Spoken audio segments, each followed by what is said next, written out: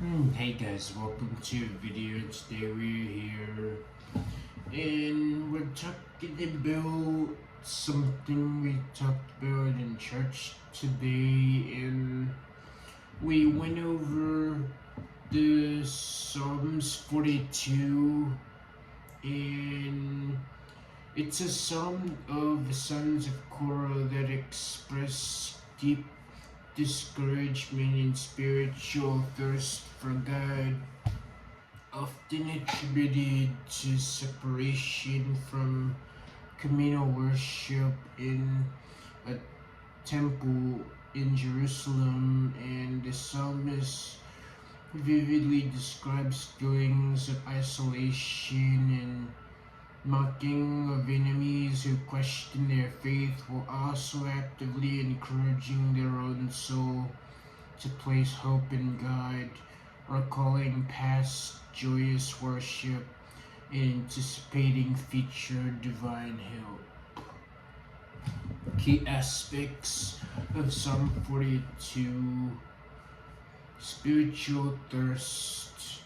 Opening lines compare the psalmist's longing for God to a deer despite desperate thirst for water, highlighting an intense spiritual yearning for the living God. Isolation and taunts.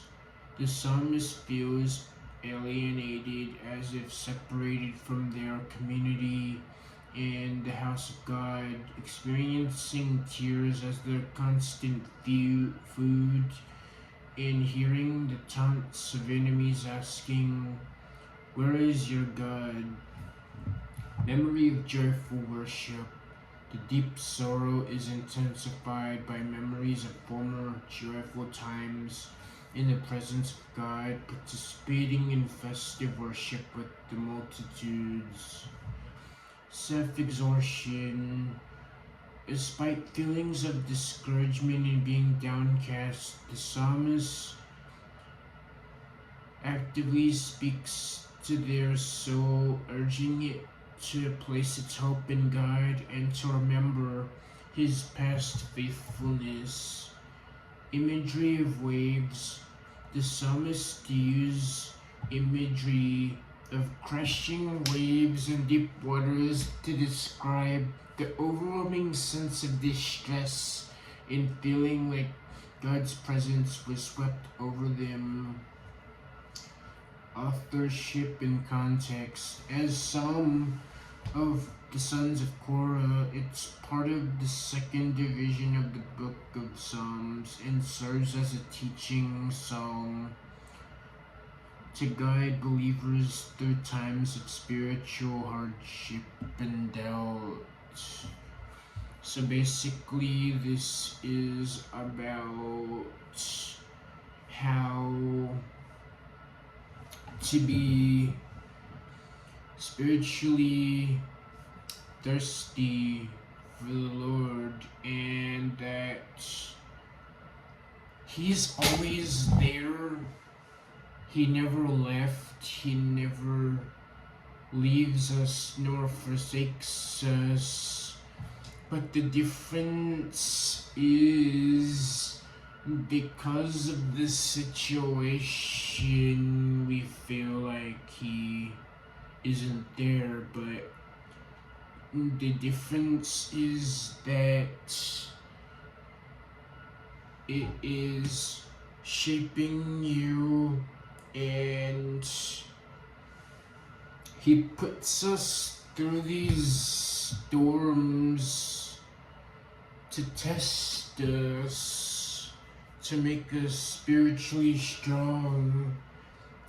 And when we go through things, we have to go through the storm knowing that He's always there, because He created the storm.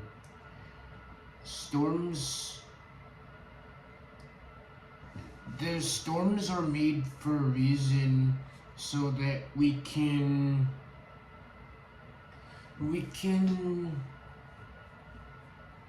have something to go through,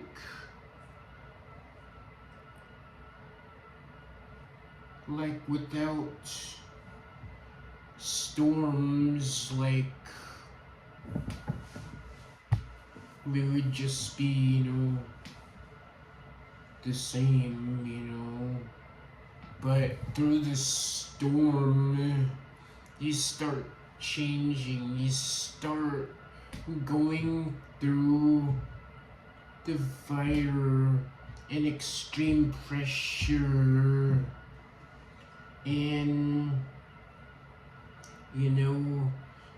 you go through extreme pressure and heat,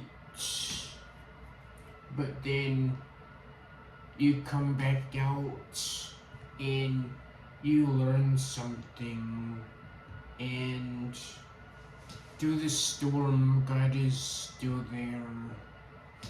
And that's basically what we talked about, that even when we're feeling all these different things and going through different situations with all the chaos going on and evil out to get us, despite that, God is still with us and gives us ways to deal with these things, and